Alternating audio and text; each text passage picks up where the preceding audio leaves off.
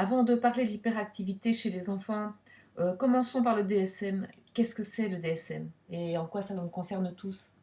Ben, le DSM, c'est le manuel diagnostique et statistique des troubles mentaux. Voilà, si vous voulez, c'est un manuel qui nous vient des États-Unis, qui en est à sa cinquième édition, et qui catégorise les individus, qui les découpe en rondelles en fonction de ce qui est baptisé trouble. Pour faire simple, il y a pour le DSM un rail, qui est le rail de la normalité, et tout ce qui se trouve en dehors du rail est considéré comme pathologique. Donc nous sommes vraiment aux antipodes de la psychopathologie, de la clinique, de la reconnaissance de la singularité du sujet. L'histoire du sujet, le DSM s'en fout complètement. Le discours du sujet, il s'en moque également. Il y a un comportement hors norme, donc il y a trouble. On colle une étiquette à l'individu et on va lui trouver la bonne molécule chimique, médicamenteuse pour le ramener dans la norme. Autrement dit, il n'y a pas de meilleur instrument de stigmatisation et de pathologisation. Le DSM a pour vocation de fabriquer des clones.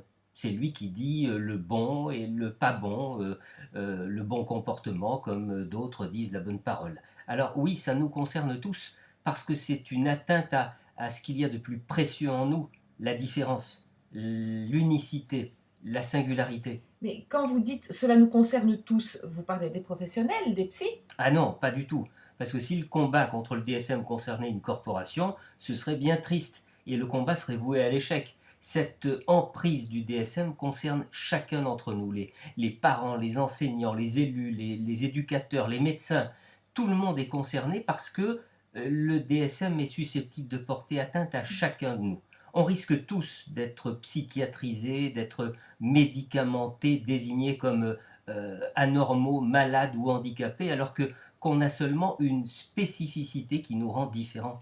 Oui, mais pourtant le DSM aujourd'hui, il est largement reconnu. C'est pas parce que le DSM est reconnu par l'OMS que c'est une garantie de respect du sujet. Hein. Et c'est pas non plus parce qu'il en est à sa cinquième édition qu'il dit le vrai et le juste.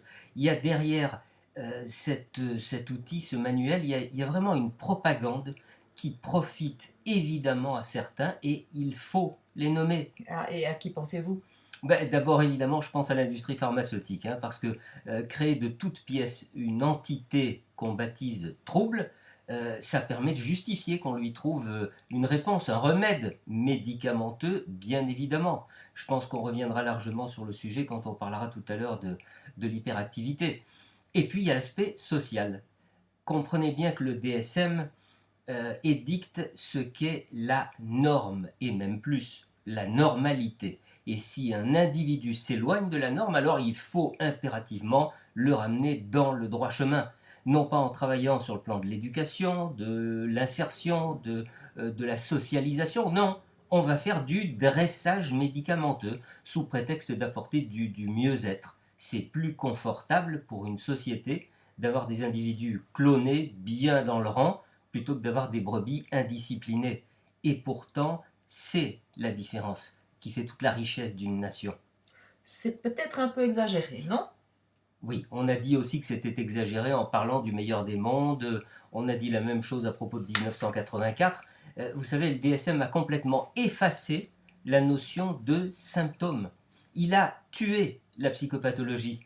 Il prend une souffrance réelle, il l'additionne à une autre et encore à une autre, et voilà, il a créé une entité qui n'existe pas. Il a fabriqué un trouble mental. Et tout ça sans aucune base génétique, biologique ou psychologique. Alors oui, nous devons tous nous élever contre cet outil. Mais il y a un mais. C'est que si le DSM affirme aujourd'hui sa prépondérance, c'est qu'il a trouvé une faille dans laquelle planter son coin. On peut dire ça comme ça, il y a une faille. Et cette faille, c'est, hélas, le besoin qu'ont la plupart des personnes en souffrance de voir à tout prix nommer leur mal. Alors bien sûr, on peut comprendre ce besoin, mais j'ai envie de dire que l'étiquette que le DSM colle à ces personnes et qui nomme leur mal les dépossède de ce qui peut donner du sens à leur douleur physique ou à leur souffrance psychique. je veux parler de leur histoire, de leur environnement, des différents éléments, des expériences de vie qui petit à petit se sont organisés pour constituer ce qu'on appelle une structure, un mode de fonctionnement psychique avec ses forces, avec ses failles. Alors je comprends qu'on ait juste envie d'aller mieux, mais ce que propose le DSM comme réponse à une souffrance, c'est quoi? C'est dans la tête, c'est dans le cerveau, il y a un dysfonctionnement et on va corriger ce dysfonctionnement avec une molécule chimique. C'est complètement déresponsabilisant. Bon, venons-en à l'hyperactivité infantile. Pourquoi est-ce que ce sujet vous met hors de vous? On commence par un peu d'actualité si vous voulez bien, sinon tout le monde ne comprendra pas. Le mois dernier, en février 2015, la Haute Autorité de Santé a pondu un rapport qui incite les médecins à reconnaître et à poser le diagnostic d'hyperactivité infantile. Alors, juste une petite définition. Déficit attentionnel et grande impulsivité mal contrôlée, accompagnée ou non d'une activité désordonnée et inefficace. D'où le terme TDAH, trouble déficitaire de l'attention avec ou sans hyperactivité. Eh bien, avec ce rapport, voilà une dérive supplémentaire que nous devons au DSM. Et je prends aujourd'hui le pari que dans quelques mois, vous allez voir, la France va connaître une véritable épidémie d'hyperactivité infantile et ce sera une excellente affaire pour qui? Pour les laboratoires.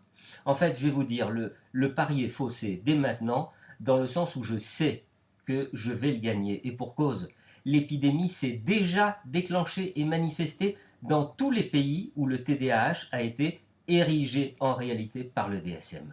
C'est-à-dire, si le DSM le dit, c'est que c'est vrai. Et donc, votre prévision, c'est quoi? Concrètement, voilà ce qui va se passer. Conforté par le rapport de la Haute Autorité de Santé, l'industrie pharmaceutique va s'attacher maintenant à faire connaître l'affirmation de la réalité de ce pseudo-trouble. Vous allez voir dans quelques semaines des affiches, des spots à la télé, à la radio qui vont attirer l'attention sur ces enfants et ces adolescents dont les comportements nous fatiguent, nous insupportent, ces gamins désorganisés, instables, qui ont des problèmes d'attention, de concentration, de communication, d'insertion et j'en passe. Alors conséquence logique, les parents vont enfin pouvoir nommer la pathologie de leur enfant et le médecin consulté, il va pouvoir confirmer la chose et poser un diagnostic d'hyperactivité et donc prescrire ce que vous savez. Et vous considérez que ce n'est pas une bonne chose? Certainement pas. Certainement pas parce que la plupart du temps ce diagnostic sera faux. Il faut bien que les gens comprennent qu'il n'y a aucune spécificité des symptômes qui composent le tableau clinique du TDAH. Ces symptômes peuvent se retrouver dans quantité d'autres tableaux cliniques. Ce sont des symptômes qui mettent en cause des tas de paramètres. Le milieu social, l'environnement familial, l'éducation, l'école, plein de choses. Autant de choses qui peuvent concourir à la survenue du symptôme hyperactivité. Alors oui, l'hyperactivité, évidemment, ça existe. Mais cette espèce d'entité qu'on a baptisée TDAH n'existe pas. C'est une pure invention. C'est un jeu de Lego qui a été fabriqué de toutes pièces. C'est, si vous voulez, une addition de 2 ou 3 symptômes sur lesquels on a collé une étiquette de trouble et qui n'a aucune validité scientifique. Je vais aller plus loin. Si en tant que clinicien, on considère l'hyperactivité en tant que symptôme, on peut retrouver ce symptôme aussi bien dans la névrose que dans la psychose, c'est-à-dire dans des structures, dans des modes de fonctionnement psychique. Or, le DSM, lui, efface la notion de symptôme. Il affirme simplement que le comportement hyperactif, plus le comportement machin, plus le comportement truc, égale entité pathologique qu'il baptise TDAH. C'est totalement artificiel. En revanche, vous semblez dire que c'est très profitable. Oui, parce que quand vous additionnez ces 3 comportements en question, vous vous apercevez qu'il existe, comme par hasard, un médicament susceptible d'agir sur ces comportements. Autrement dit, on disposait de la molécule il ne restait plus qu'à créer la pathologie. Et je vais vous dire, cette façon de procéder qui n'a, je le répète, aucune base génétique, biologique ou psychologique, et bien cette façon de procéder, on la retrouve aujourd'hui dans de nombreux syndromes fourre-tout, qu'il s'agisse de douleurs physiques ou de souffrances psychiques. Lesquels? Oui, alors là, si vous permettez, je vais certainement pas les citer dans une interview dont on sait qu'on va les retrouver sur Internet, sinon je vais crouler sous les procès. Mais vous les connaissez, évidemment, ces noms qu'on a inventés depuis une vingtaine d'années pour se détourner de la notion de structure. On y mêle douleur physique non expliquée, mal-être psychique, etc. Et ce n'est qu'un début, sauf à se détourner du DSM et de ses mises en boîte, nous allons être de plus en plus nombreux à porter une étiquette. Et donc, est-ce à dire qu'il ne faudrait plus s'intéresser au mystère du cerveau?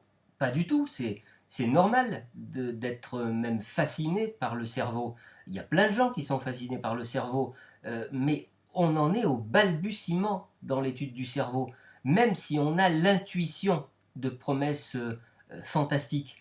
On veut rechercher à tout prix les causes de tout et de n'importe quoi dans le cerveau. Tout est biologique, tout est déséquilibre chimique. On est véritablement en train de sombrer dans des excès qui réduisent peu à peu l'humain à une machine.